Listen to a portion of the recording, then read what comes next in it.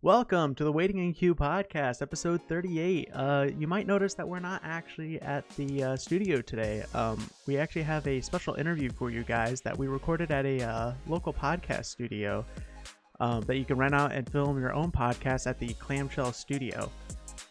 We were invited to do a show at their studio for the grand opening, and they did all the editing, and we just showed up to do the recording, and that's what they're trying to do to bring to the podcast community is worry-free podcasting for you guys. So without further ado, here is our episode from the Clamshell studio. All right. All right. Welcome to the Waiting in Queue podcast section of the grand opening of the Clamshell studio, right? Yeah. We're here to do the grand opening, I guess. We didn't help out. Yeah. We didn't go some other people. Yeah. We didn't go first, but how well did they do? Was it something really... I'm sure they did way better than we are. I would assume so. So this is quite the different setup that we're used to. We're definitely not used to. So have you've been doing this show for a while before this? Cool. Yeah, we've been doing our show, and we have Kurt here with us. Yeah, so we just met him today. He does pretty interesting things. He does you make apps for in games, like and you do a lot of like music with it too, right? Yeah. So I actually started doing music first. So I went to school for a classical guitar performance and audio recording. So I got a double major in those two things. And then just as I started performing, I got really into composition, started making my own stuff, and then started collaborating with like artists, like sculptors and painters and things like that, just trying to make like art exhibitions. So like I was really focused on like sound as an art instead of like music. So I was like into like a lot of noise stuff. And then I went from there to being like, I had this idea for interactive audio before I was even kind of attributing it to music for games. And I was like, oh, it would be cool if you could make music that was tied to a physical location. So it was sort of like a game score, but for real life. So that's sort of what got me into even thinking about game audio. I mean, I was a big game fan. Like I played games, and I liked music in games and stuff. But I wasn't thinking like that until I had that idea, and then I started putting it together. And then I was like, oh, I'm basically making a video game that. Basically, I realized I was making video games that your body was the controller for instead of like holding a controller. So kind of like augmented reality type kind of stuff. Exactly. It's funny because at the time I don't think I even knew the word, augmented reality. I feel like it's fairly new, and this sounds crazy, but like Pokemon Go really like blew up augmented reality for gaming. So when I heard that you were doing something like that, it's the first thing I thought of was like the augmented features of that. It's kind of the same thing you do. Yeah, so, I mean it's sort of what, because for a minute there I was trying to get funding, and so I developed like pitch decks and stuff, and that was kind of the easiest way to sell it. Was just like it's music and sound based experiences, sort of like Pokemon Go, where like as you walk around your location in GPS space affects like the stuff that you're hearing. So do you get kind of like orders for people to like make an app for somebody, or do you just kind of have an idea and like you said you get funding? Are you just trying to fund it for yourself and just make it? Yeah, it's actually it's a pivotal question that I've been asking myself for a while. Sure.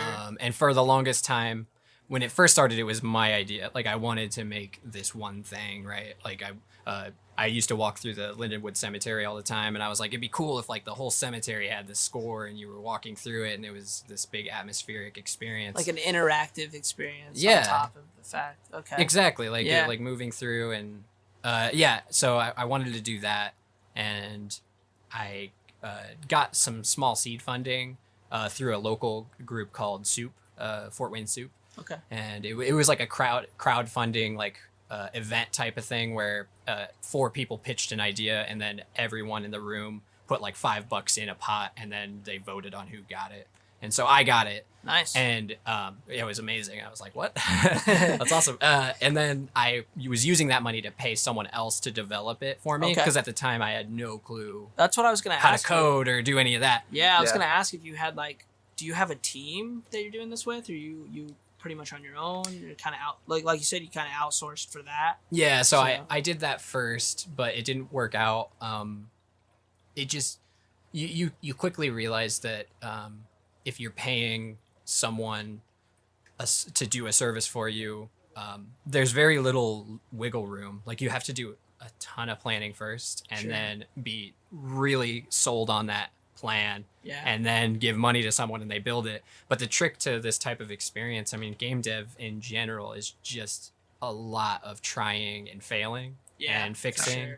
So it's really, really hard to just be like, I know what it is. So it just became it became quickly obvious that if I wanted to do this and grow and make something that was actually good, instead of just like funding some kind of broken kind of cool thing, I would have to just figure it out.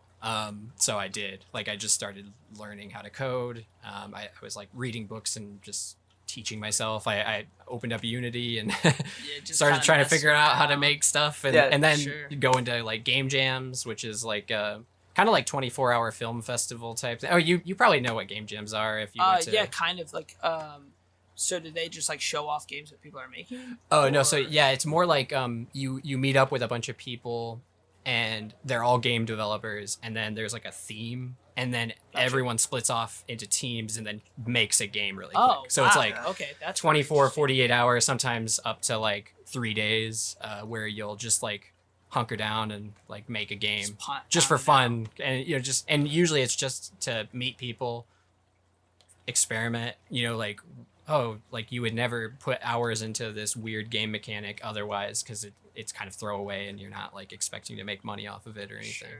So I started doing that. I went to there's this one that's called Train Jam, and it's one where you get on a train in Chicago and then you take it all the way to San Francisco, and the whole ride you make a game. Wow. And it's cool because like it's literally on its way to GDC, the Game Developer Conference. So all the like from like the students of game developing all the way up to like the top developers are on the train.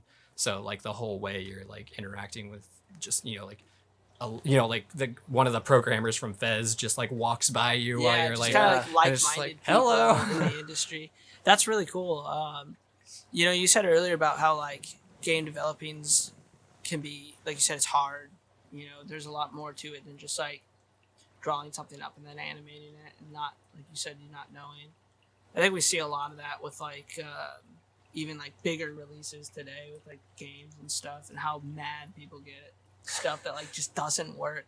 So I as somebody who like is really into it, I've always looked at like game developers entirely different than I think the average person who plays games. So it's pretty cool to hear it from like somebody who like is technically a game developer. I mean, you're developing games, so it's really cool to hear it from that aspect on the other side, because I feel like they just don't get appreciated as much as they should. And I feel like people in the bigger industry too, like, just get absolutely crapped on because of minor things, because people just can't wait for it to be fixed. Like you said, you just don't know sometimes until you can fix it. So it's really interesting to see.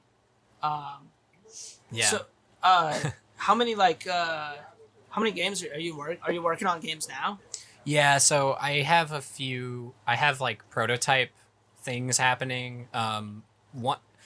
So the stuff that I was doing with spatial audio, I've been kind of spinning my focus on that. At first, I was wanting to do like music stuff and kind of try to build almost like a culture of people being interested in them, because it's like it's actually kind of a hard ask to get people to like download the app and go to a certain park and walk around. So one of my ideas is to make it more like Pokemon Go, where it's anywhere that you are. So I'm working on a prototype for something that's like that.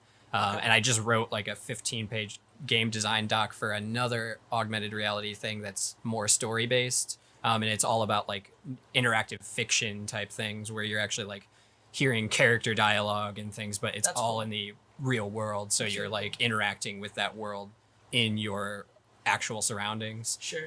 So that's something that I'm also working on and trying to figure out how to really, it's mostly just like how far can I'm trying to take it as far as I possibly can without bringing another person in or a team. Yeah. And then just figuring out if it's even feasible. Like, okay, now that I have this demo, is it actually cool? And then if it is, then, you know, Do we finding go those forward? people and showing them and Sure. seeing if they'll be in. But I'm also working on I met this really cool writer in Montreal based on in a game jam that I did online, and we actually made 2 game jam games at the same time. There were 2 game jams happening online because there's like Holy a ton cow. of them all the time. So these are common things. that happen a Yeah, lot. yeah, Is they're it, like- hiding.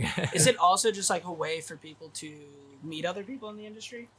Yeah, I mean, I think that's, to be honest, I think that's Like the majority of the reason yeah, people do it. it's sort of, yeah, I would say that's like the reason you do it. Sure. And I would say that's true because it's pretty rare for like full-time people to do it. And like, Yeah. you know what I mean? It's like once you've Yeah. made it, I think game jams are just kind of like set aside because Right. it's not your time anymore to do that because you're like, you don't have Be to. there. But yeah, but that being said, yeah, it's just like, I think sometimes, I mean, especially when I got on Train Jam, I've done that twice now, and it's kind of, it's strange. It's like you're trying to meet people and like you're trying to network, But also create a game. but also make Yeah. stuff, and then you want to make good stuff because you want Yeah. to impress those people. Of course. Sure. So Yeah. it's like you're doing this like weird job interview, but no one has a job for you. But Yeah. but like anything could. So it's like what I was saying, like that writer in Montreal.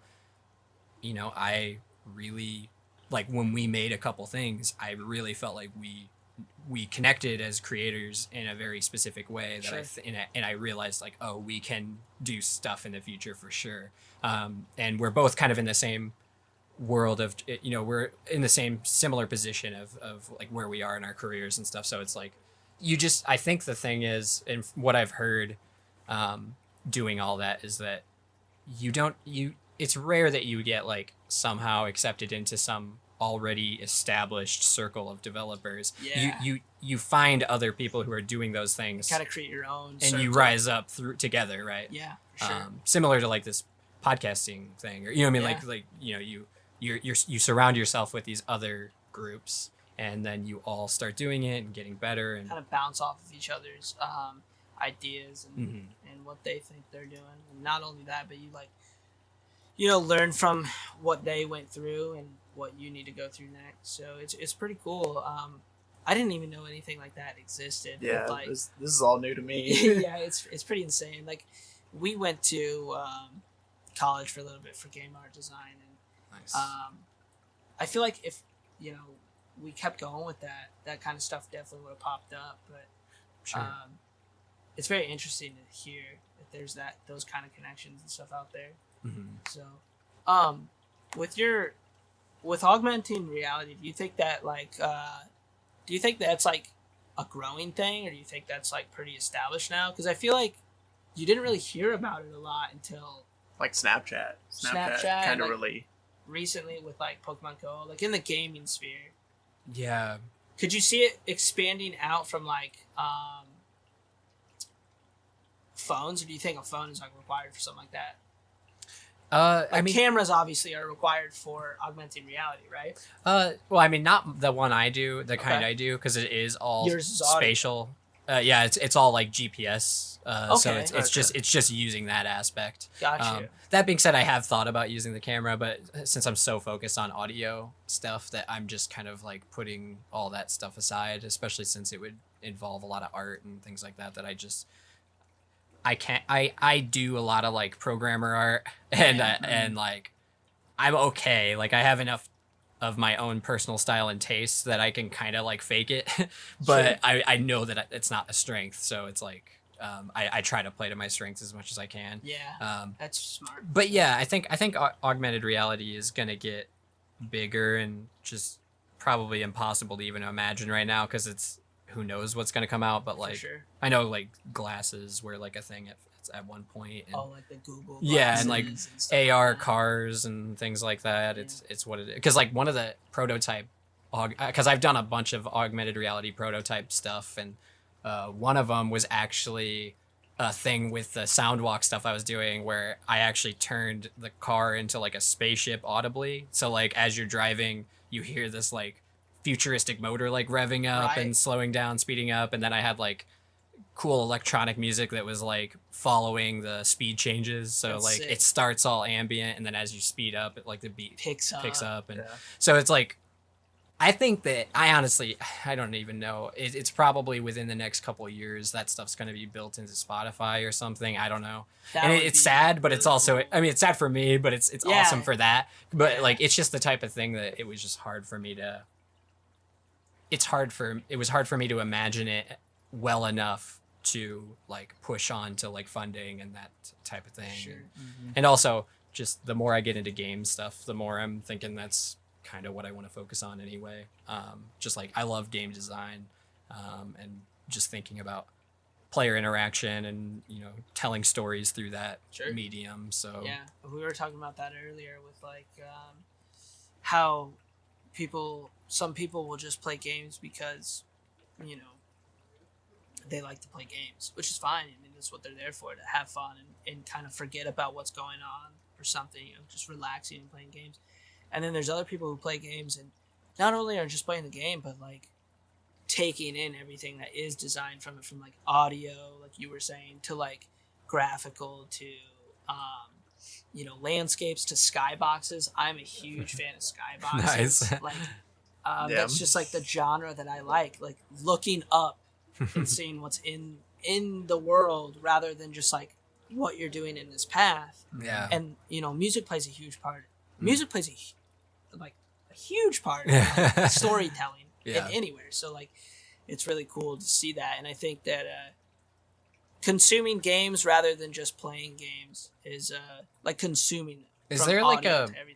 Is there like a name for it? Because I know that like there's like cinephiles and like I'm sure there is. But what is it? I have no idea. I feel like I should because Because gamer doesn't quite like I feel like usually when I hear gamer, it's like almost a negative Yes, connotation. it's a negative- Because it you were definitely talking is. earlier about like sort of the negative people having like these negative reactions to game developers, Yeah. and there's just like this general sense that things are way easier than they are Yeah. to do. I think and it's with everything. I would say it's similar to like film, where like for me, if I watch a film and it pulls anything off, it's Mm-hmm. like I can't believe it, because it's just there is so much that go into every little detail. Yeah, it's not just the story, but it's like camera angles. I mean, it goes for Yeah. everything. set design, Set lighting, design, lighting, costume, makeup. Like audio, people are like I mean- cooking food in the back to like Yeah. feed everyone. It's Exactly. like how could you like it's You never see wild. it. Like Yeah.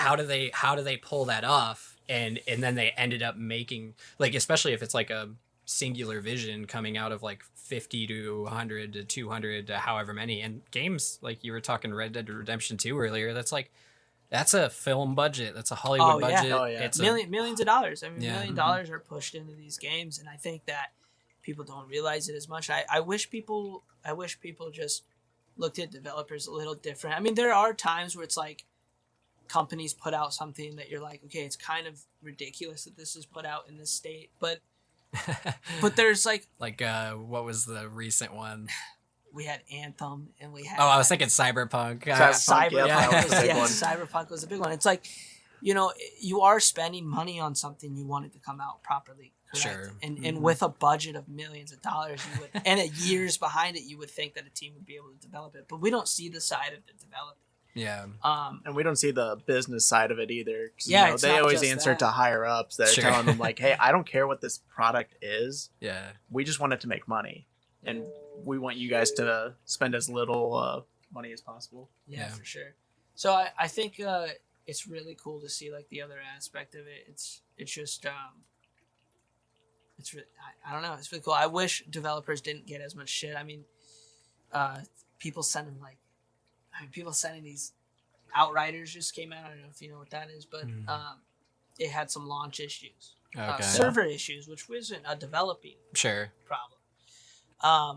The game itself was beautiful, Yeah. all around everywhere. But I mean, just people sending like death threats to people over like the dumbest stuff. It's like you gotta realize that these people are putting their life and soul. Like the way you talk about your stuff, you're really passionate about it. So it really sucks to hear in that state that people get shit on for stuff like that. Sure. It sucks. But I think the people that Rockstar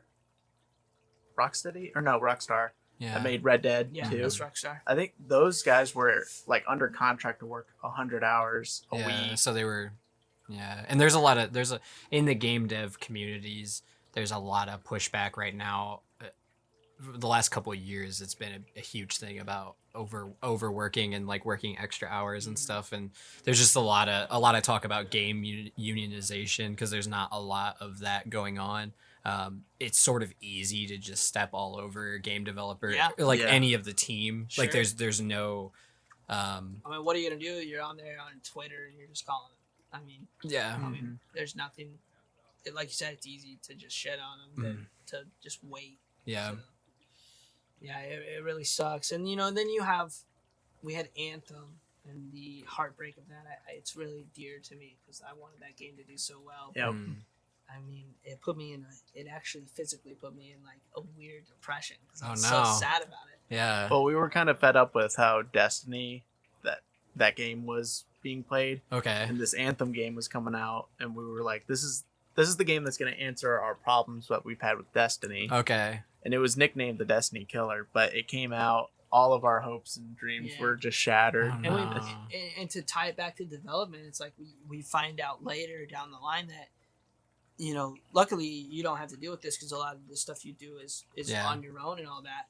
But it's it comes down to like the suits. I mean, I call them the suits, but like the higher ups, they were rushing this stuff, and it's like you were saying earlier, it's like you don't know how long it's gonna take or what's gonna be right or wrong. Yeah. So to rush something like that, Well, can really hurt. It's funny because I was talking about Kentucky Route Zero earlier, but that's like my favorite game of all time. And like it was released over the course of 8 years. I think it was 3 years between Act 4 and Act 5. Act 5 just came out like last year.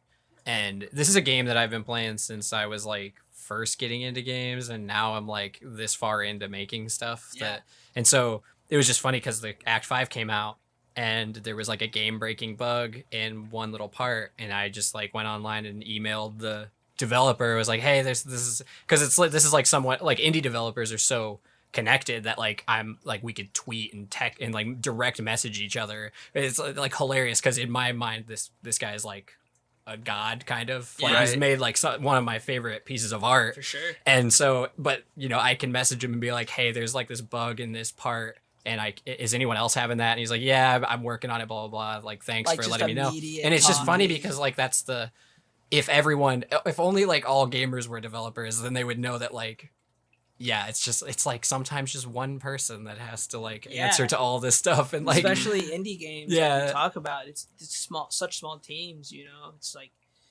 with Fez it was only two it was two guys. I thought it was two guys and then one of them backed out and it was down to the one guy. Down to one, and it's like he had a quota because it was supposed to go up on like Microsoft Store at a certain time, and then he finished it and Microsoft like kind of I think that was super meat boy, that Microsoft. But that was all kind of a weird era too, where like it was just a different era of business for indies too, because it was just like exploding. It was just getting big, and so it was just like now I think indies are less.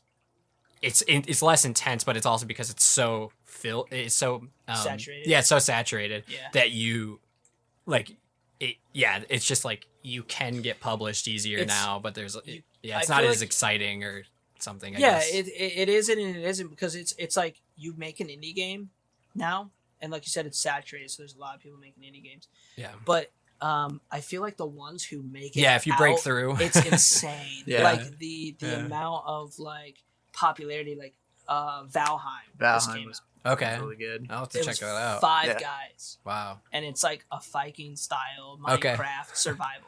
Or like Among Us, where it's like or Among Us. I mean, and but it's just huge. It's like the biggest thing. Yeah, it's insane. So it's really cool that like, and that makes me feel really good because like I said, I look at developers completely different, and it's like to see those guys, I mean, their entire lives changed Yeah. in days because of something like that. And like you said, it's so saturated. So for one game to get out there like that is insane. So I think where it's tricky though, and where it gets scary is that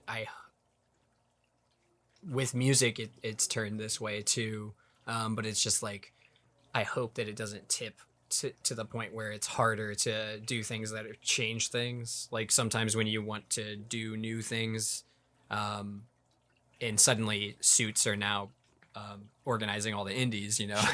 So it's like now you have to convince, you know, some higher up that your cool weird indie game idea is going to change it's going to change the narrative of how people even approach making a game or something. It might inspire the decades to come, but it's like you can't really. It's hard to do that because those guys. I mean, most of those Suits, they're just businessmen. I mean, they don't have the connection of knowing like, okay, I see what you're saying. Like, I understand where that game could do that because like, they have no idea. Sure, they're just or like even trying to revolutionize like anything. They're like, no, just stick to the formula that's been working. That makes us money. That we know will make money too. Yeah. So I think that's tricky. when like that is a huge problem, and it's definitely become more apparent too with like gaming is how bad and money hungry some of like these bigger companies can get.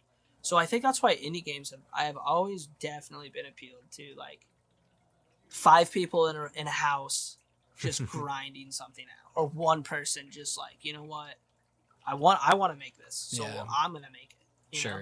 Yeah. And I want other people to enjoy it and hope that other people do enjoy it. I think that's a really cool aspect of like gaming that like other people just don't see. So. Yeah, and like for me, it's a lot of like, you know, being excited about an idea, following through enough, and then also trying to figure out how to get people to play it, or like just it kind of you have to learn every aspect of like the marketing. Yeah, it's not just the developing style. So hopefully that's the benefit. Hopefully the benefit to doing what I'm doing is that if at the very least it leads to me working on like another team making something else, like someone else's thing. It's just that like there are a lot of people who are having to like adapt and get really good at like everything, or at least competent at everything, so that like whenever you get one job you kind of know what everyone else is up to. And that's kind of the same thing with podcasting for us. It's like, you know, we're fairly new at it, and it's like you know, we were like, you know, we really want to bring more people into the team, but we have no way of like compensating people right now, so you got to find the people that are willing to come in and just in for the ride, like you were saying, like learning the aspects of everything. And not only that, but we have to teach our own selves, like, okay, what is it going to take to edit something or do the audio or something? Because that way, like, when we do bring somebody in, we can, you know, tell them about that. Know what you're asking them. Yeah, for sure. Because you don't want to, like, pull somebody in and be like, here you go, this is what you're doing. We don't know how to do it. But, so we're just about to wrap up here. We're out of time. Again, we are the Waiting in Queue podcast. I'm Derek, and my co-host is Connor. That's me. And we had Kurt with us today, and it was really interesting. You know, we've never really talked to anybody so much into like the like developing side of it. So it was really cool to do. I mean, mostly you two just talk. I kind of just listen to a lot of it, but I'm sorry, I didn't. No. Derek, I'm the talker. He really is, but I was just so like fascinated by everything. So I think that's it. I think we're out of time. So.